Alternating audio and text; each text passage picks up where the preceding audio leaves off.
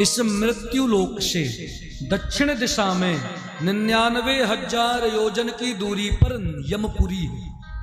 और जो लोग भगवान की कथा भक्ति सत्संग नहीं करते, उनको यम के दूत बांध करके घसीटते हुए लेके जाते हैं।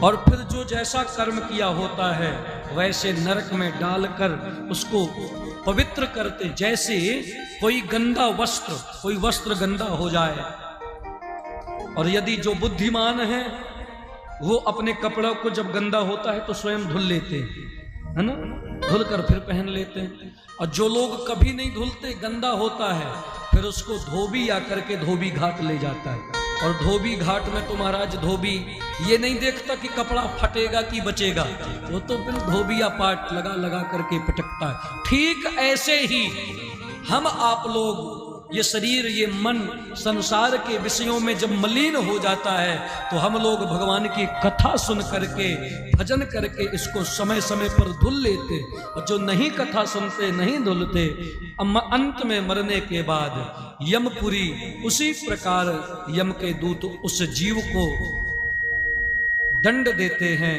उसी प्रकार से धुलते हैं जैसे धोबी कपड़ों को कूट कूट के धुले। और जब वो फिर निर्मल हो जाता है तो फिर उसको जो जैसा कर्म करते हैं, जिसने स्त्री को बनना हुआ तो स्त्री के रूप में, पुरुष बनना हुआ पुरुष के रूप में, पशु बनना होगा तो पशु के विरज में जाकर के जैसा जो कर्म होगा।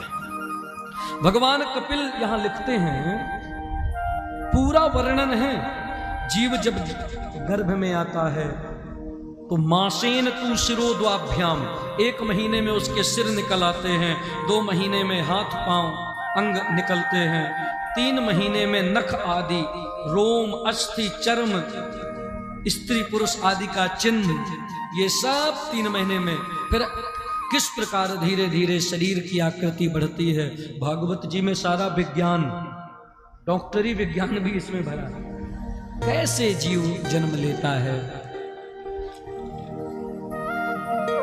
और इतनी भयंकर पीड़ा देखो, जब जीव गर्भ में होता है ना, जब मां के पेट में, मां के गर्भ में, जब हम आप लोग, कोई भी जीव जब मां के गर्भ में होता है तो वहां से पुकारता है किसको? भगवान को, हे प्रभु इस बार मुझको बाहर निकालो, इस बार मैं ऐसा भजन करूंगा कि दोबारा मुझको गर्भ में ना आना पड़े।